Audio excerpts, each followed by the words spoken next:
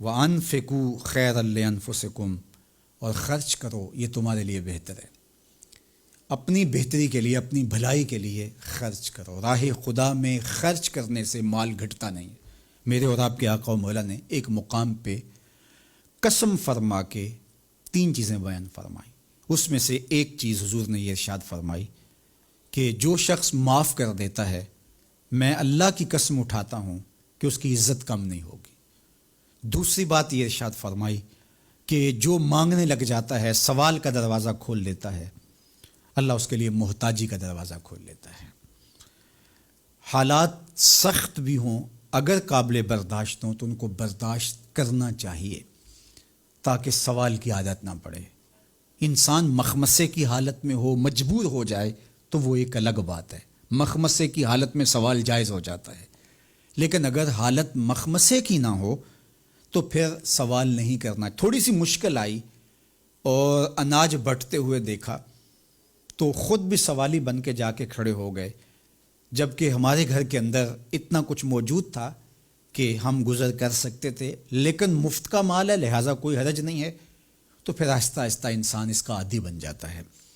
اللہ اس وقت سے بچائے کہ ہم محتاج ہوں اور ہمیں عملاً اس جگہ پہ آنا پڑے، اللہ سب کو محفوظ فرمائے۔ لیکن اگر حالات کچھ تلخ بھی ہوں تو پھر بھی اگر آپ دیکھیں اپنے آپ کو کہ کیا ہم ایسی جگہ پہ تو نہیں ہیں کہ ہم سوال کرنے جائیں، تو باہر ایک ماحول دیکھ کر کے تو لپک پڑنا، تو اس سے آپ کی طبع کے اندر سوال کی عادت پیدا ہوگی۔ تو اس لیے جو مانگنا شروع کر دیتا ہے پھر اس کے لیے محتاجی کا دروازہ بند نہیں ہوتا، الا یہ کہ کوئی سخت مجبور ہو جائے تو شریعت اس کو اس کی اجازت دیتی ہے۔ تیسری بات میرے اور آپ کے آقا و مولا نے جو قسم کر کے کہی، ما نقص مال عبد من صدقہ، کہ صدقے سے بندے کا مال کم نہیں ہوتا۔ آپ کا اکاؤنٹنٹ کہتا ہے کہ اگر اتنے پیسے اتنوں سے نکال دیے گئے تو باقی اتنے بچیں گے، کیلکولیٹر کا حساب بھی یہی ہے، لیکن میرے محبوب فرماتے ہیں کہ میں ضمانت دیتا ہوں کہ صدقے سے مال کم نہیں ہوتا، تو اس لیے تم راہ خدا میں خرچ کرو گے تو میرا رب کہہ رہا ہے خیر لانفسکم، یہ تمہارے لیے بہتر ہے۔ تمہیں لگتا ہے کہ اتنے کم ہو جائیں گے، لیکن ایسا نہیں ہے۔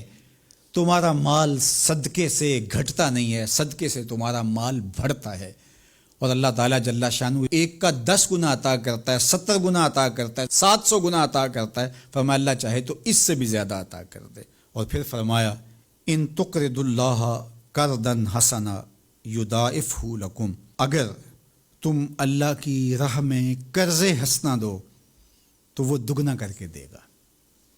اچھا، یہ کیسا اللہ کا انداز بیاں ہے کہ خود مال دے کے خود کہہ رہا ہے مجھے قرضہ دو، اور پھر خود کہتا ہے میں دگنا دوں گا۔ دیا ہوا کس نے ہے؟ اسی نے، اور کہتا ہے کہ جو میں نے تمہیں دیا ہے اس سے مجھے دو، اور میں پھر اس کو اپنے دیے ہوئے مال سے دیے گئے مال کو دگنا کر کے تمہیں لوٹاؤں گا۔ اللہ اکبر۔ اور پھر فرمایا وَيَغْفِرْ لَكُمْ، اور تمہیں بخش بھی دوں گا۔ واللہ شکور حلیم، وہ شکر گزار بھی ہے اور حلم والا بھی ہے۔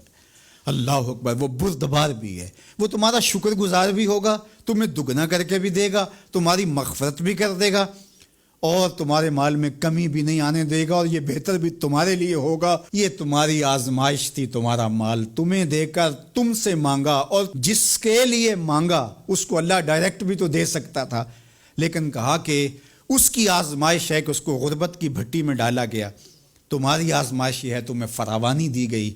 اب دیکھیے کہ وہ آزمائش میں پورا نکلتا ہے، تم آزمائش میں پورے نکلتے ہو، دونوں آزمائش میں پورے نکلتے ہیں، یا پھر تم نامراد اور ناکام ہو جاتے ہو۔ اللہ اکبر۔